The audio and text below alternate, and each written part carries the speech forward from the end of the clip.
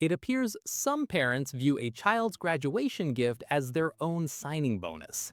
Sourced from r/entitled parents, this is what happens when a father treats a trust fund like a slush fund. So I just graduated university. My grandma, whom I'm really close to, wanted to celebrate that. She's not great with technology, so she gave my dad $1,400 in cash to hold for me. A nice, simple gift. A few days go by and I decide I want to buy something. I go to my dad and ask for the money. That's when he tells me, very casually, that he's already spent it. All of it. He had nothing to give me. Now, $1,400 might not seem like a fortune to some, but I have no income right now. It was a fortune to me. The part that really got me wasn't just the lack of money, it was the complete lack of consideration. He didn't think to ask, he just took it. It seems the concept of a holding fee has been radically reinterpreted. Naturally, we had a huge fight. My parents' defense was that I was being ungrateful, that they spent so much more on me over the years, living expenses, my education, so this was basically just a reimbursement. I felt like my trust had been completely shattered by the two people I trusted the most. After talking to some people, I decided to escalate. I told my grandma what happened. Her reaction was underwhelming. My parents had already gotten to her spinning a story about how the money ultimately went towards my education anyway, so she wasn't bothered. I went back to my dad and demanded he pay me back at least a third of it. His response was that he had no cash.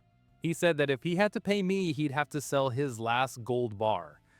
Because true financial hardship is having to liquidate a precious metal to repay a debt. And then came the final twist. I'm applying for my master's degree this year, and my parents were going to sponsor me.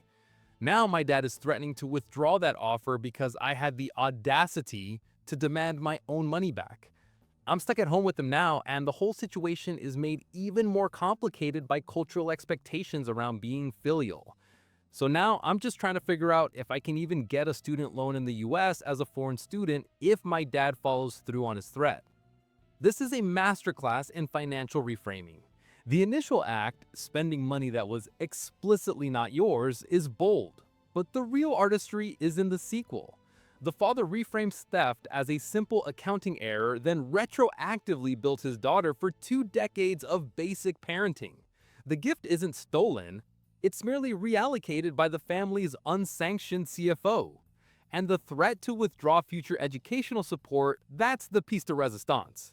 It transforms a discussion about a specific sum into a permanent negotiation over your right to have boundaries, where any attempt to claim what's yours risks your entire future. It's emotional leverage with a direct debit order. The general consensus was a wave of dry disbelief at the father's creative accounting, with many pointing out that a gift with strings attached is no gift at all. It's a loan you didn't agree to.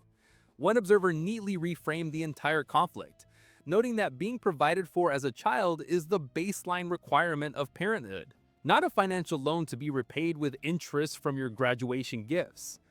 Another pointed out the stark contrast in assets, dryly observing that a man who owns gold bars pleading poverty over $1,400 isn't a cash flow problem, it's a principles problem.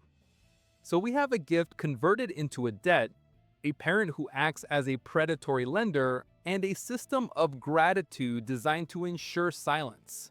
The ultimate question isn't whether the money should be paid back, but at what point does respect for your parents require you to stop respecting yourself?